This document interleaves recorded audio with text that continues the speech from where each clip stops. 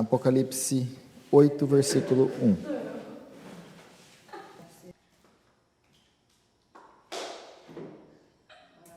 Quando ele abriu o sétimo selo, houve silêncio nos céus, cerca de meia hora.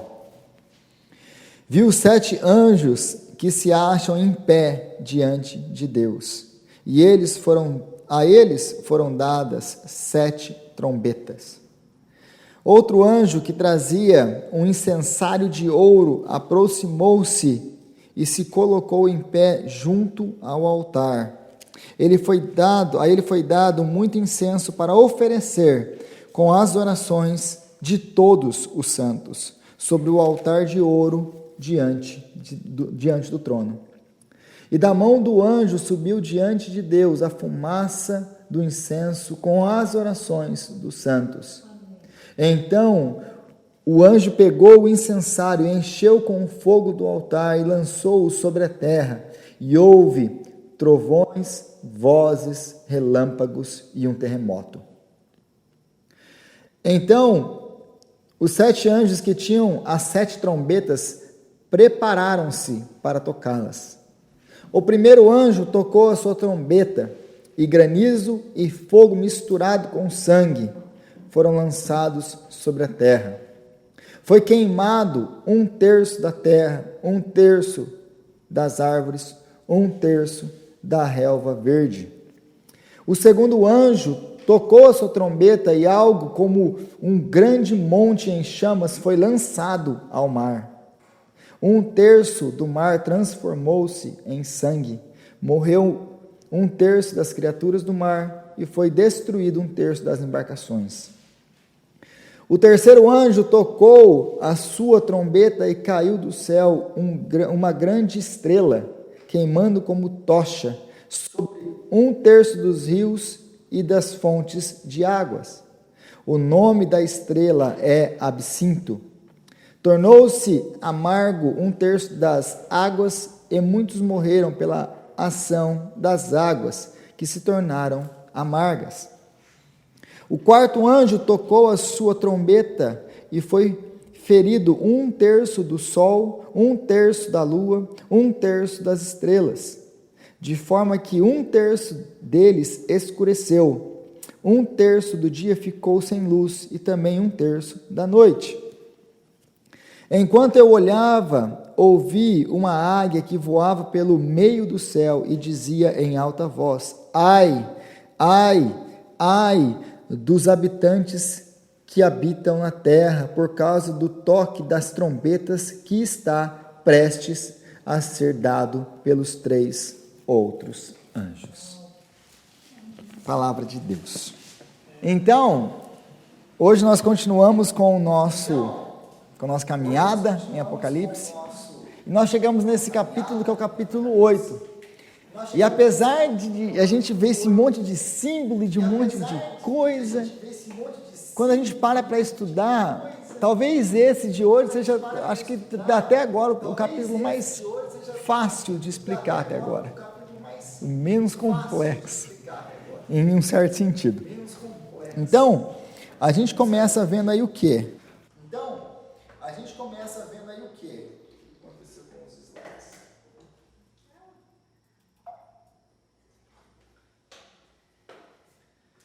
No versículo 1, a gente encontra aí, se você voltar comigo, diz assim: quando ele abriu o sétimo selo, houve silêncio nos céus cerca de meia hora.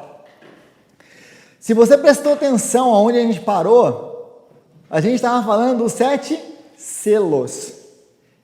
E aí a gente teve toda aquela questão dos selos. Lembra dos selos? A gente começou ali. Volta ali no capítulo 6, você vai ver que a gente tem a sequência dos selos. E aí, rapidamente, ele vai abrindo os selos e vão aparecendo quem?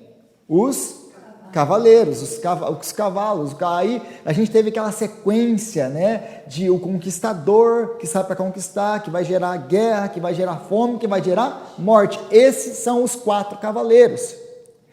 Quando o 5º selo é quebrado, o que acontece? Lembra do que acontece? Se você quiser, cola aí, olha ali. O que acontece quando o quinto selo é quebrado? No versículo 9 do capítulo 6.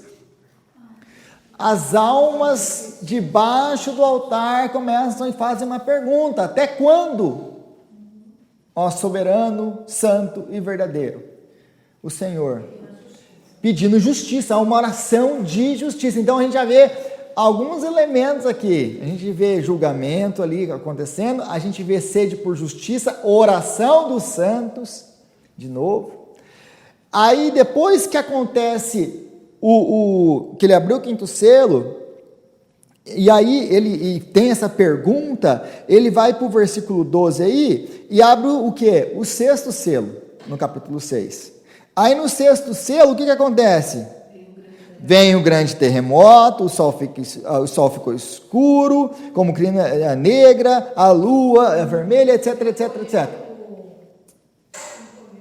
Exatamente, é como se recolhe, todo o cosmos está se desfazendo, certo?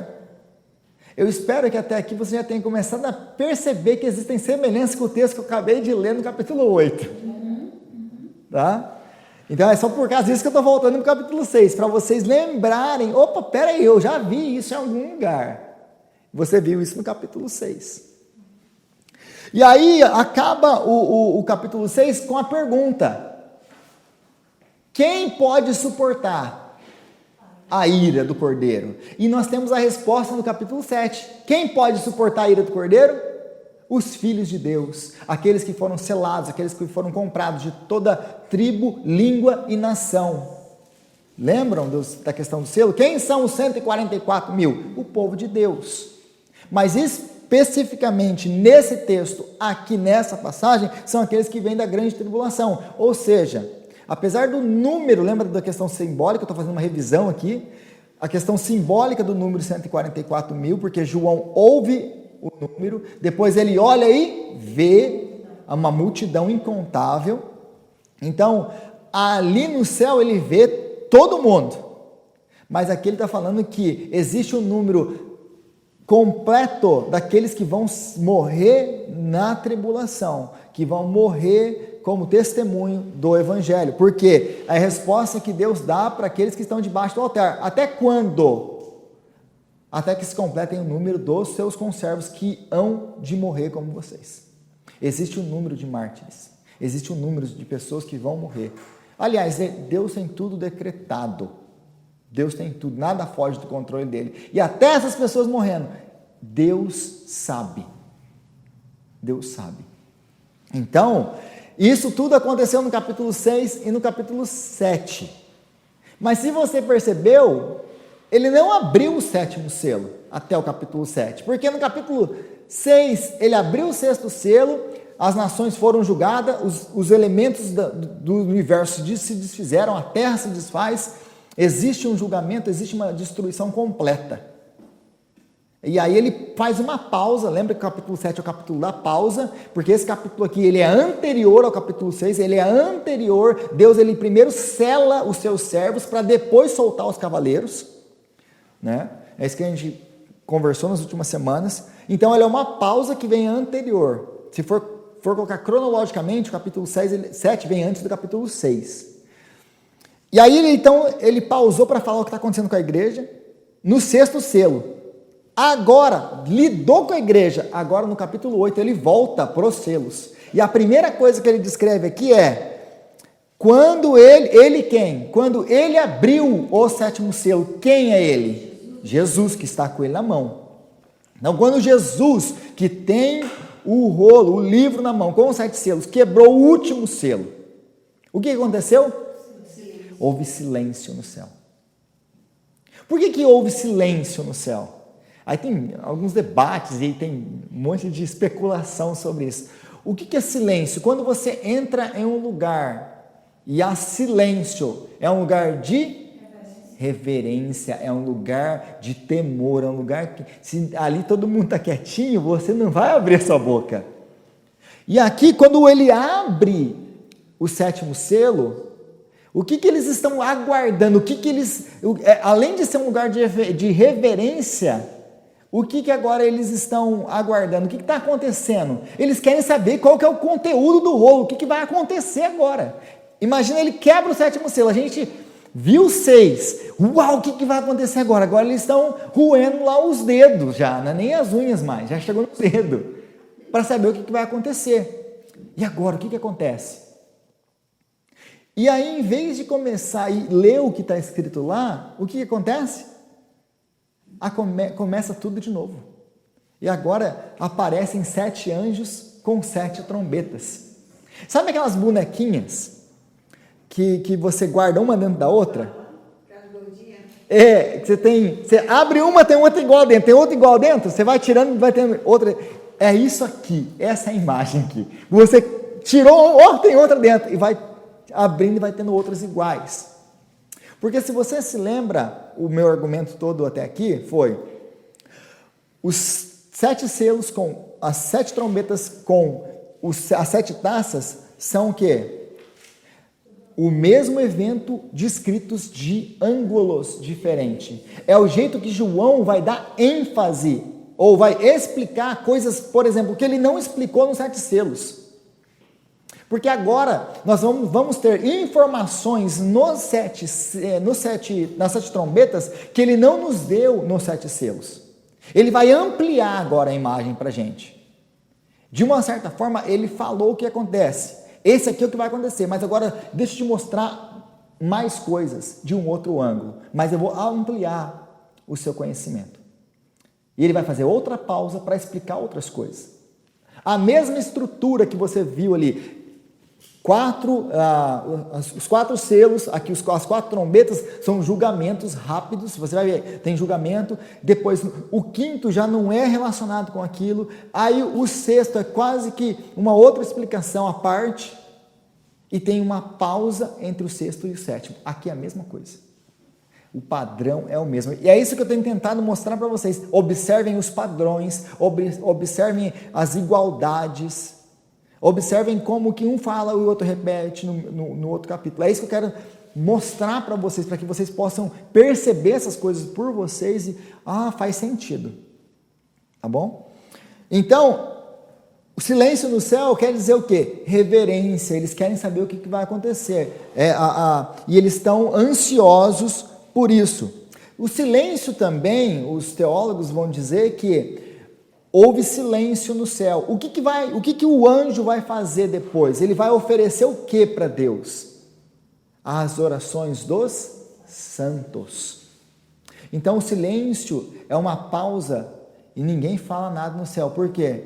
Porque o meu povo está orando. Deus para ouvir a oração do seu povo. É isso que ele está fazendo, ele está ouvindo a oração do seu povo. E porque muitas vezes essa é a nossa questão com a oração. A gente acabou de orar, gente. A gente vem aqui, é interessante que a gente estava orando e logo no começo a gente estava conversando de como Deus responde as nossas orações, a gente estava animado como Deus responde e a gente está vendo Deus responder, né? Mas muitas vezes nós passamos por períodos de tempo na nossa vida que a gente... Você já pensou assim? Parece que minha oração não passa do teto. Eu não sei se Deus está respondendo. Eu não sei o que vai... Sabe? Parece que eu estou aqui, estou falando comigo mesmo, mas Deus não está respondendo. Esse é um dos textos que nós temos, que é a garantia de que o nosso Deus ouve as nossas orações. E não apenas ouve as nossas orações, Ele responde. Porque essas orações... Quem estava orando no capítulo 6 a Deus? Quem são aqueles que estão na presença de Deus? E quem clama a Deus, ou quem interroga a Deus com relação à justiça de Deus, são as almas debaixo do altar. Até quando o Senhor vai esperar para vingar o nosso sangue? Mas o que eles queriam? Lembra que eu já falei sobre essa questão de vingar? Porque parece que, eles querem vingança, querem que Deus... Mas é um pedido por justiça. Buscar em primeiro lugar o reino dos céus e a sua justiça. A busca da igreja tem que ser por justiça. Porque se o mundo em que nós vivemos fosse justo, 90% das nossas orações não haveriam de ser. Já pensaram sobre isso? Por que a busca da igreja tem que ser por justiça? Porque se o nosso mundo fosse justo, nós não precisávamos orar por maioria das coisas que nós oramos. Então, a sede da igreja tem que ser por justiça. E aí, Deus agora, Ele está levando essa oração por Deus. Deus escuta com atenção, no versículo 1. O que o versículo 2 em diante vai fazer? Deus agora vai responder a oração dos seus santos. Deus não é apenas um Deus que escuta orações, Ele é um Deus que Ele é poderoso para intervir e responder a oração do seu povo. E é isso que Ele vai fazer, do versículo 2 em diante. Ele vai ouvir e Ele vai receber essas orações, aí versículo 3, versículo 4, aí Ele vai começar a responder. O que é a resposta? Qual a resposta de Deus? O julgamento de Deus, a justiça de Deus contra o pecado. Deus vai julgar. Vai jogar as orações do mundo aqui na terra. Na verdade, aqui, esse símbolo aqui, porque a gente vê, quando ele abriu o sétimo selo, houve silêncio nos céus, cerca de meia hora. Vi os 7 anjos que se achavam em pé diante dele. Aí, no versículo 3, outro anjo que trazia o incensário de ouro. Ele aproximou, aí ele recebeu o incenso, e aí ele oferece as orações.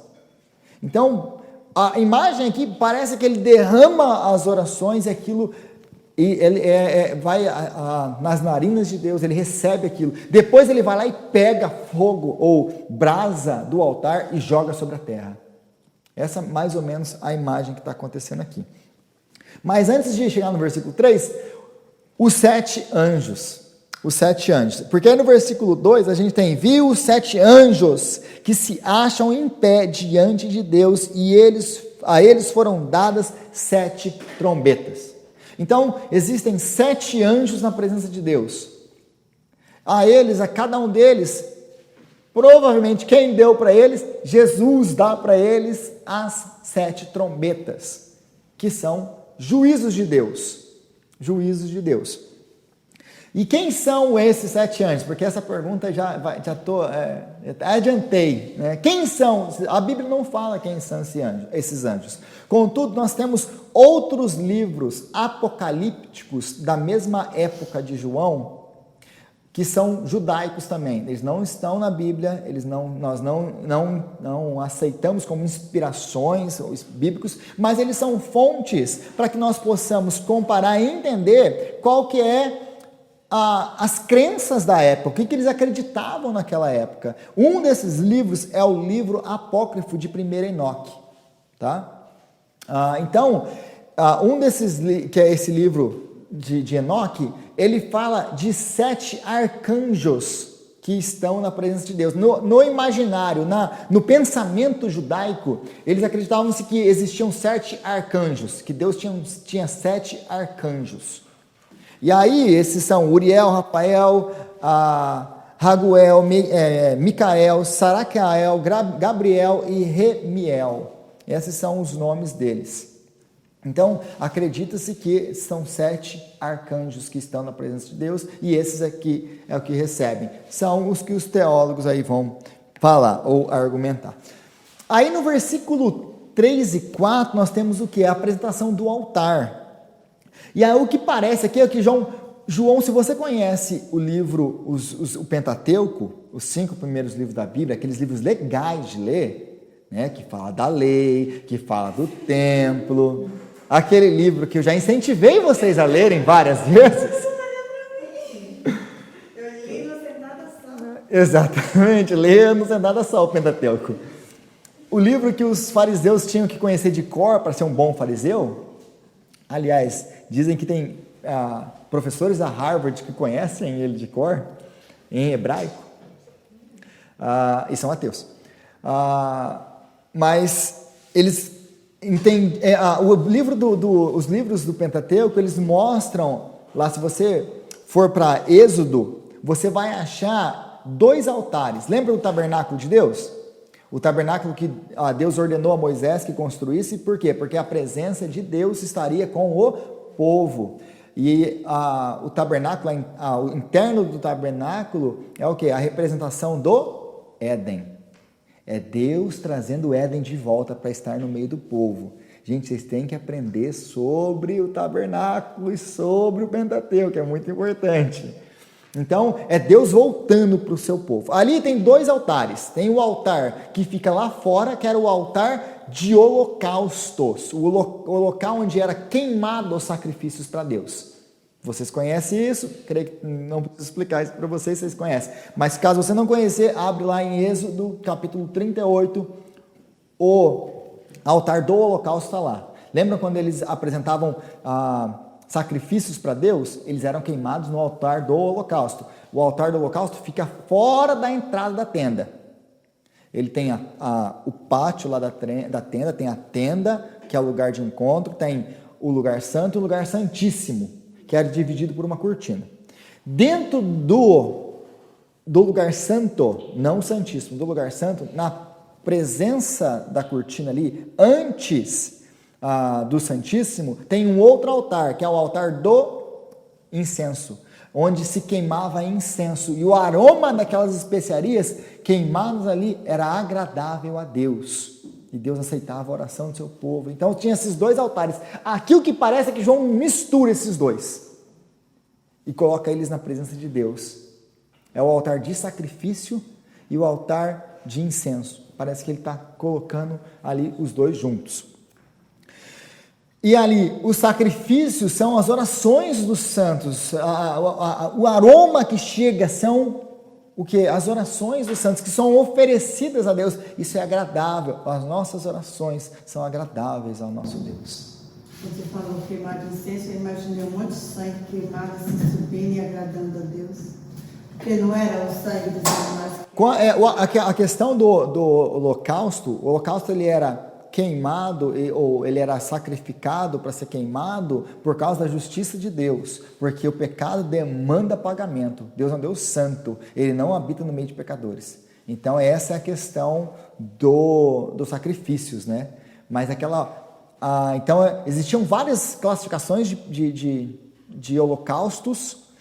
Você sacrificava pelo pecado, reconhecia o seu pecado, depois tinha sacrifício para comunhão, porque depois que você lidou com o pecado é que você podia ter comunhão com Deus. Então tinha uma ordem também das ofertas. Então João está fazendo alusão ao quê? Ao Antigo Testamento aqui. E aí aí vem o anjo no versículo 5 e ele lança fogo do altar, ele pega, então mais uma vez, essa imagem é o anjo ele vem, ele pega o incenso, é dado incenso para ele, para oferecer com as orações dos santos, aquilo é agradável a Deus. Depois que ele oferece aquilo, ele pega fogo do altar, ou seja, para você manter o fogo aceso, você precisa de brasa. Então provavelmente ele pega a brasa do altar e lança sobre a terra. Quando ele lança sobre a terra, essas brasas, aí tem o relâmpago, o trovão e etc, né? O que é trovão, relâmpago e tudo isso? Lembra do Monte Sinai, quando Deus ele falava, quando ele se apresentou para falar com o povo, quando ele chegou para fazer aliança com o povo, o Monte Sinai fazia o quê? Exatamente isso aqui que está acontecendo. Então isso aqui é uma alusão ao Sinai. É Deus vindo, é Deus se encontrando. Porque a presença de Deus é majestosa. Então é disso que está falando aí, trovão, relâmpago e etc, né? Então é o juízo de Deus. Esse ato de jogar agora as brasas sobre a terra, ele está julgando a terra. E aí vai começar a partir do versículo 6, o quê? As trombetas. Ofereceram-se as orações dos santos. Agora Deus vai responder a oração do seu povo com aquilo que eles clamaram. O que eles clamaram? Por justiça. Por justiça. E agora ele vai vir com justiça. E aí começam-se então, a partir do versículo 6, as trombetas. E a primeira trombeta no versículo 6, versículo 6. Então versículo 7, desculpa. Porque os 7 anjos, o versículo 6 é só eles se preparando. O versículo 7 diz a primeira trombeta. O primeiro anjo tocou a sua trombeta e granizo e fogo misturado com sangue foram lançados sobre a terra. Foi queimado 1/3 da terra, 1/3 das árvores, 1/3 de toda a relva. toda a relva, toda a erva. Então, ele vai falar o quê? Que caiu granizo, fogo e sangue do céu. E repara nas todas as trombetas que tudo vem do céu. É outra coisa, sempre busca por padrões. Qual que é o padrão aqui? Tudo vem do céu. Tudo vem do céu. Então, qual que é a consequência do granizo, do fogo e do sangue? Qual que é a consequência disso caindo do céu? A destruição da vegetação na terra. Então, é disso que ele está falando. Está falando de vegetação. Marca isso, que isso aqui é importante.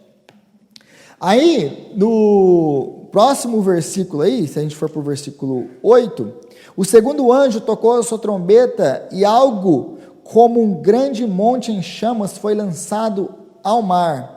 1/3 do mar transformou-se em sangue. Morreu 1/3 das criaturas do mar e foi destruído 1/3 das embarcações. Presta atenção na ênfase. Qual que é a ênfase que você está vendo nesse texto até agora, desde que começou as pragas? Qual é a ênfase em número aqui? 1/3 foi destruído. 1/3 foi destruído. 1/3 foi... Isso é importante. Esses detalhes a gente não pode perder. Por que ele está enfatizando? Vocês já perceberam que ele fala isso toda hora? Por que ele não falou uma vez só? 1/3. Então a segunda trombeta é tocada e um monte em chamas. Aí os teólogos eles vão discutir aqui e perguntar, tá, isso aqui é o quê? É um meteoro ou é um vulcão em erupção? Porque o vulcão ele lança, né, ele é basicamente rocha quente. Então o vulcão ele lança sua rocha, cai no mar e aí aquilo ali vai causar outros efeitos no mar e etc. Então existe uma discussão se ele é um meteoro ou se ele é um vulcão.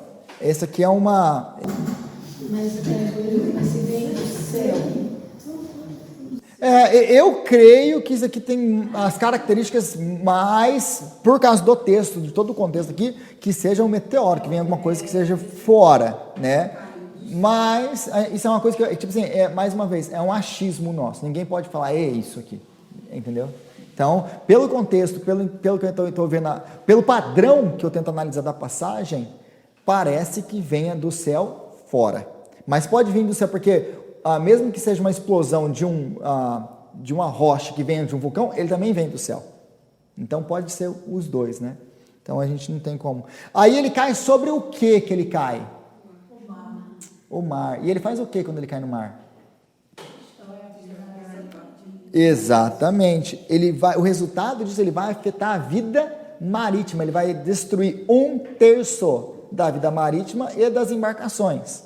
1/3. Não tem mais vegetação, 1/3, não tem 1/3 de peixe. Então, você viu que ele afetou a vegetação em primeiro lugar. Em segundo lugar, ele afetou o quê? O mar. Em terceiro lugar, a trombeta, no versículo 9, se você abrir comigo, ler comigo aí, no versículo 10, desculpa. O terceiro anjo tocou a sua trombeta e caiu do céu uma grande estrela, queimando como tocha, sobre 1/3 dos rios e das fontes de águas. O nome da estrela é Absinto, tornou-se amarga 1/3 das águas, e muitos morreram pela ação das águas que se tornaram amargas. Aí a minha pergunta para esse texto talvez seria,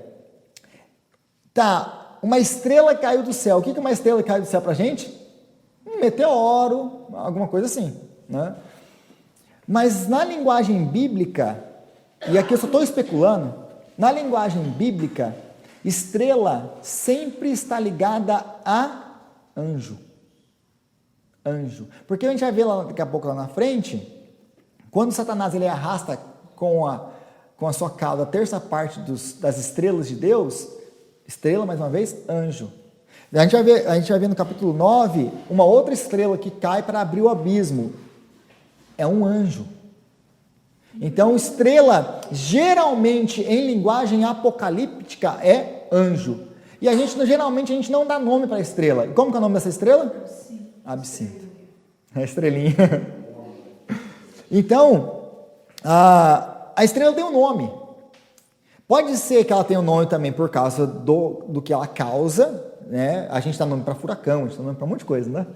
Então, essa aqui eu só estou jogando uma ideia, porque isso aqui também não está muito claro e existe muita discussão atrás disso aqui. Mas, Rodrigo, ele falava isso sobre tudo um terço, mas também caiu um terço, né? Dos anjos, não caiu? Isso, mas aí ele já é outra, a profecia ele é diferente. Aqui já é, ele está tentando, com um terço aqui, ele está tentando mostrar alguma coisa pra gente, que a gente vai ver no final aqui. Não, mas é coincidência. Então. É uma coincidência. Então, o meteoro e os anjos ali, talvez, a gente não tá, um meteoro ou um anjo, possivelmente um meteoro que caiu, então a gente não sabe, ou um anjo que veio e causou aquilo, causou dano nas águas. Mas, enfim, qual que é o resultado desse meteoro, desse anjo com essa trombeta? O que acontece com as águas? Elas ficam? E quais águas elas atingem? Água doce. Água não é, porque ele já fez uma distinção. Ele atacou o mar agora, em primeiro lugar, foi a segunda trombeta. O terceiro foi foi os rios, que é a nossa fonte de água potável. Aí as pessoas morrem. Por que elas morrem com isso aqui? Porque elas não podem beber da água. Exatamente, elas não podem. Então, as águas não podem ser consumidas. A quarta trombeta que a gente tem aí, e eu coloquei o versículo errado aqui no versículo 12, o quarto anjo tocou a sua trombeta e foi ferido 1/3 do sol, 1/3 da lua, 1/3 das estrelas, de forma que 1/3 deles escureceu, 1/3 do dia ficou sem luz e também 1/3 da noite. Para aí. Tá. Quarta trombeta. A quarta trombeta foi soada. Quem foi afetado? O sol, a lua e as estrelas. O que aconteceu com eles? Eles perderam o seu brilho. Por algum motivo, alguma coisa bateu, destruiu uma parte deles. Agora, se uma coisa dessas acontece, se o meteoro bate no sol, ao ponto de tirar 1/3 do sol, de despedaçar 1/3 do sol, ou 1/3 da lua, o que acontece com o planeta Terra? Acabou. Então, mas aqui ele não fala que, ele fala que o resultado disso foi o quê? 1/3 do dia ficou escuro. Entendeu? Então, ele está querendo trazer outras mensagens, ele está querendo conversar com a gente através desses símbolos. É isso que João está fazendo aqui. Então, em quarto lugar agora, o que aconteceu? Quem foi afetado? Os céus, o espaço, o universo de Deus. E agora, depois de tudo isso, de todas essas pistas, eu creio que agora está muito clara a mensagem das trombetas até aqui para você. Por quê? Porque em primeiro lugar nós temos o quê? Quem foi afetada? A vegetação. Em segundo lugar, quem foi afetado? O mar. Em terceiro lugar, quem foi afetado? Os rios. A água doce, a água potável, a água que nos sustenta. Em quarto lugar, o que foi afetado? Os céus. Ou seja, em outras palavras, os céus e a terra. Toda a criação foi afetada com as pragas. Os selos, eles vão em direção aos homens. Lembra que ele vai quebrando os selos, e aí, olha a majestade de tudo isso, gente. Os selos. Levanta-se o conquistador, que vai trazer guerra, que vai trazer fome, que vai trazer morte. Ele está lidando com o que acontece com os homens. Agora João está falando a mesma coisa, mudando o ângulo, e agora está falando do quê? Da criação. O que acontece com a criação? Agora ele apresenta os trombetas. As trombetas, elas afetam o quê? A relva, a vegetação, e depois afeta o mar, depois afetam as águas, depois afeta todo o universo. O universo. Ficou claro para vocês aqui? Não é Não é uma mensagem enigmática, é uma questão de você parar e estudar o texto, entender o que o texto está falando. E o que o João está querendo comunicar para a gente? Ele está dando, mais uma vez, uma visão de outro ângulo, ele está adicionando informações ao que ele já falou nos 7 selos. Isso é maravilhoso. Então, o que ele está falando aqui é: os céus e a terra serão destruídos pelo julgamento de Deus. Todo ele. Então, os eventos são os mesmos dos selos, mais uma vez. Mas agora existe uma intensificação, porque se você prestou atenção no capítulo 6, você lembra que quanto foi morto com a conquista, com a guerra, com a fome? Quanto foi morto? 1/4. 1/4 da população foi morta com aquelas pragas. Agora, isso foi os selos. Agora, nas trombetas, o que acontece? 1/3. Já aumenta a porcentagem dos atingidos. Mas 1/3 aqui, João não está querendo dizer matematicamente, olha, vamos calcular. Deus ele vai destruir 1/3 da parte aqui, 1/3 da terra, 1/3 das estrelas. Não é isso que ele está falando. 1/3 aqui, ele está falando que vai afetar tudo, mas 1/3 significa o quê para João? Não é a quantidade de... calculem o número que vai ter pessoas. Se vai ter 10 bilhões de pessoas, vamos calcular 1/3, a gente vai ver o tanto de pessoas que vão morrer. Não é isso que João está tentando fazer aqui. O que ele está tentando falar aqui é: ainda não está completo. Ele vai intensificar ainda mais nas 7 taças, porque nas 7 taças é tudo, é completo. Entendeu isso? Ficou clara essa parte? Tá. Aí a gente vem, e eu quero comparar com vocês agora, para a gente finalizar aqui, as trombetas com o Êxodo. Porque essas mensagens das trombetas, aliás, dos selos, das trombetas, das taças, João está conectado, fazendo alusões, mais uma vez, ao Antigo Testamento. Lembra disso? Eu creio que todos vocês aqui conhecem a história do Êxodo. O que aconteceu no Êxodo? Quando Deus manda Moisés ir lá falar com o faraó, o que acontece lá? Deus ordena faraó deixar o povo ir, e ele não deixa, então acontecem as 10 pragas. E aí, se você lembra das pragas, e eu não vou colocar todos aqui, mas eu quero só comparar as pragas com aquilo que a gente acabou de ver. Porque a primeira praga que a gente tem aqui, o primeiro juízo de Deus, é o granizo, fogo e sangue. Se você olhar para as pragas do Egito, lá no Êxodo, e essas pragas você vai encontrar do capítulo 7 para frente, até o 12, você vai... A sétima praga do Egito é o quê? O granizo. E o granizo, quando ele cai, ele afeta o quê? A vegetação, os animais. Então, o granizo que cai sobre lá, ele vai trazer sangue, ele vai trazer morte, ele vai afetar a vegetação e os animais. Aí depois nós temos o mar que se torna em sangue. O que se torna em sangue? É a primeira praga no Egito, o Nilo se torna sangue. Depois a gente tem as rãs, as moscas e vai indo. Aí depois a gente tem os rios amargos que eles não podiam beber. Mais uma vez, o Nilo, quando se torna sangue, o que os egípcios não podem fazer? Beber do Nilo. Eles não podem, a água do Nilo então não é potável. Depois a gente tem o que aqui? A quarta trombeta, o sol, a lua e as estrelas. O que acontece quando Deus atinge elas? Elas escurecem. Qual é a 9ª praga? A escuridão. A escuridão. Então, a escuridão, Deus ele está humilhando o maior deus do Egito, que é o deus Ra, que era o deus Sol, que era o pai de Faraó. Eles se chamavam filhos de Ra. Então, Deus ele está humilhando. Todas as pragas, aliás, se você estudar o contexto das pragas, todas as pragas, Deus está humilhando os deuses do Egito.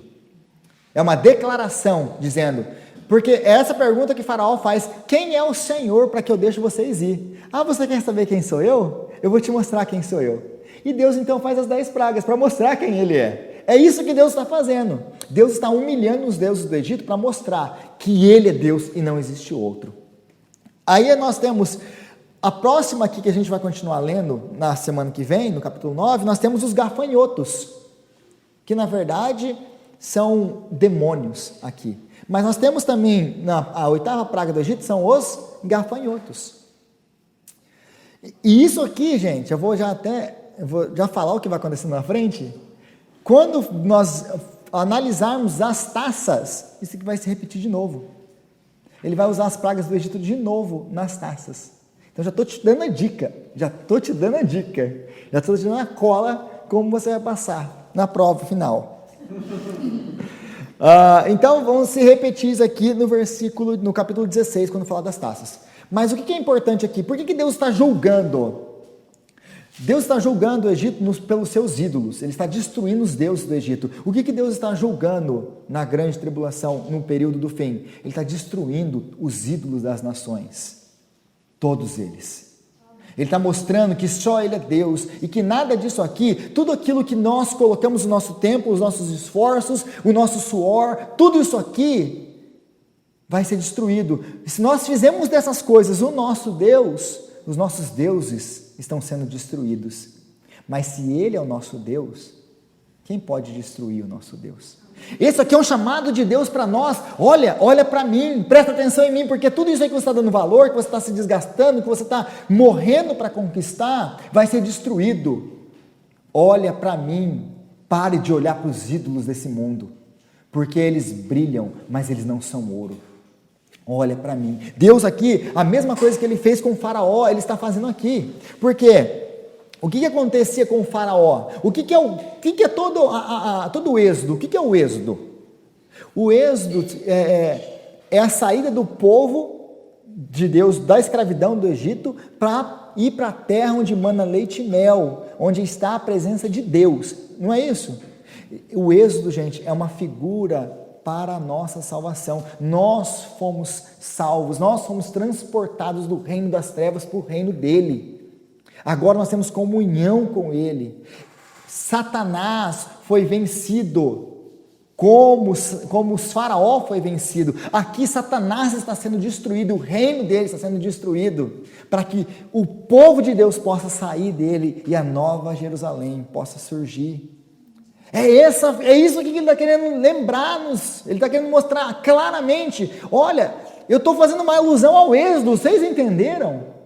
Os ídolos têm que ficar para trás, os ídolos vão ser destruídos, mas o meu povo, todo o Egito foi destruído, mas o meu povo saiu de lá para uma nova terra, para andar comigo, para estar comigo, e eu serei o seu Deus, e eles serão o meu povo para sempre. É essa alusão que João está fazendo aqui, é isso que tem que ficar claro para nós. E aí ele tá mais uma vez mostrando, lembra, gente, de todo o contexto da carta, de todo o contexto do livro do Apocalipse. Qual é o contexto? Dois tipos de pessoas passando, uns passando por tribulação tamanha, que estão prontos a negar a sua fé para poder poupar a sua própria vida, outros querendo se adequar ao mundo, ter mais conforto, eles estão dispostos ao quê? A adorar a Deus, a se comprometer com o mundo e adorar a Deus ao mesmo tempo. Eles estão prontos a trazer para dentro da igreja aquilo que é do mundo. Então João está fazendo aqui, está mostrando para esses dois povos, vocês se mantenham fiéis, porque o final de vocês é a glória. Vocês se arrependam, porque os deuses de vocês vão ser destruídos, porque é isso que vai acontecer no final. Lembra do contexto, nunca esquece do contexto. É isso que João está falando para nós agora, hoje, para os nossos irmãos que estão morrendo agora por amor ao Evangelho. Se mantenham fiéis, porque eu estou vendo e vocês andarão comigo para sempre. Para nós, morando do outro lado, no Ocidente, livres, que podem se reunir, que pode ter tudo, a igreja rica, a igreja que tem prosperidade, a igreja que não falta nada. A vocês, tomem cuidado, olhem para o amor que vocês me amavam antes, como vocês me serviam com fidelidade, e hoje, olha como você está. Se arrependam e voltem.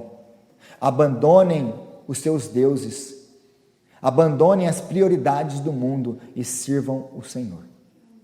É disso que esse texto está falando. Amém? Semana que vem a gente continua no capítulo 9, tem mais. E eu espero que o capítulo 8 tenha ficado um pouco claro hoje. Deus abençoe vocês.